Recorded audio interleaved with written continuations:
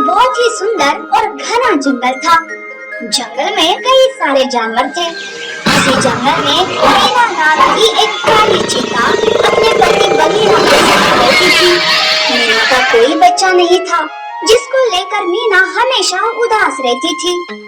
एक दिन मीना जंगल में घूम रही थी कि अचानक उसे किसी की दर्द भरी आवाज सुनाई देती है। वो उस आवाज को सुनते हुए आगे बढ़ती है कि तभी उसकी नजर झाड़ियों में फंसे दो छोटे से सुअर के बच्चों पर पड़ती है। उन्हें देख मीना, अरे ये बच्चे इन झाड़ियों में कैसे फंस गए? लगता है ये अपनी माँ से बिछड़ गए हैं। बच्चों डरो मत, अभी मैं तुम्हें इन झाड़ियों से बाहर निकालती हूँ। बच्चे मीना को देख और भी डर जाते हैं और रोने लगते हैं। मीना उन्हें बड़े ही प्यार से उन झाड़ियों से बाहर निकालती है। जैसे ही मीना उन बच्चों को बाहर निकालती है, वो देखती है कि उन बच्चों के सर पर एक छोटा सा हीरा चमक रहा था। ये देख मीना चौंक जाती है। तब वो सुअर का बच्चा कहता है, हम एक मायावी सुअर के बच्चे हैं। एक दुष्ट तांत्रिक ने हमारी माँ को मार डाला। अब वो हमारे जान के पीछे पड़ा है, इसलिए हम भागते हुए यहाँ आकर छुप गए।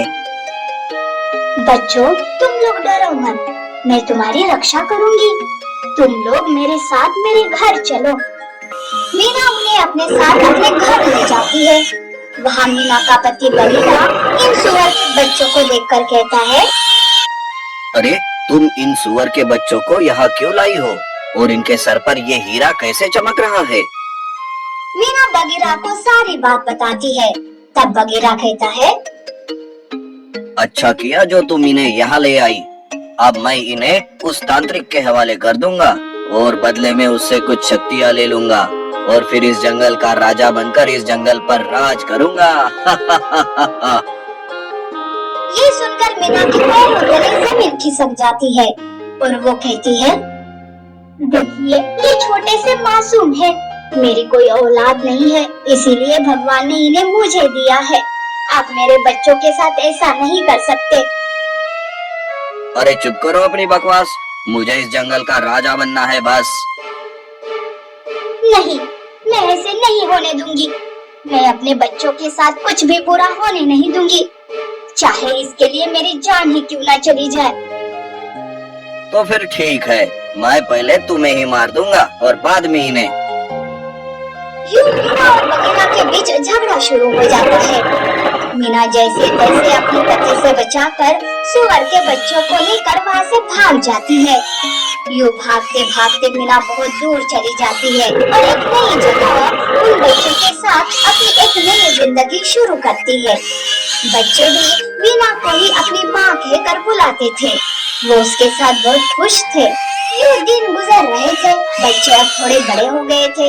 एक दिन दोनों सुअर के बच्चे जंगल में घूम रहे थे कि तभी उनकी नजर शिकारियों पर पड़ती है, जो काले चीते को पकड़ कर ले जा रहे थे।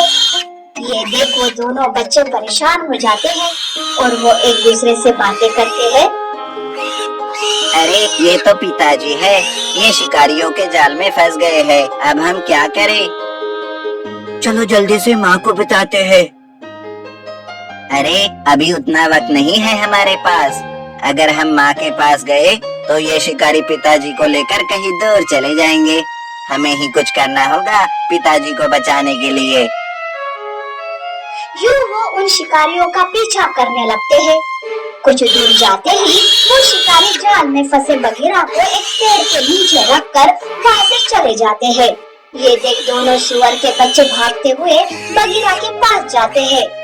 बगीरा उन्हें देखकर, अरे तुम दोनों तुम यहाँ से चले जाओ, वरना वो शिकारी तुम्हें भी पकड़ लेंगे। नहीं पिताजी, हम आपको यूं मुसीबत में छोड़कर कहीं नहीं जाएंगे। हाँ पिताजी, हम अभी आपको इस जाल से छुड़वाते हैं। वो दोनों बगीरा कैसे करके जाल से छूट जाते हैं। ये देख बगीरा की आंखों में आंसू आ जाते हैं। अब जल्दी से चलो यहाँ से, वरना वो शिकारी आ जाएंगे। यूं बगीरा के पास आते हैं। मीना बगीरा को देखकर चौंक जाती है। तब बगीरा कहता है, मुझे माफ कर दो, मैंने तुम्हें और तुम्हारे बच्चों को परेशान किया, यहाँ तक कि मैंने इन बच्चों को मारना चाहा।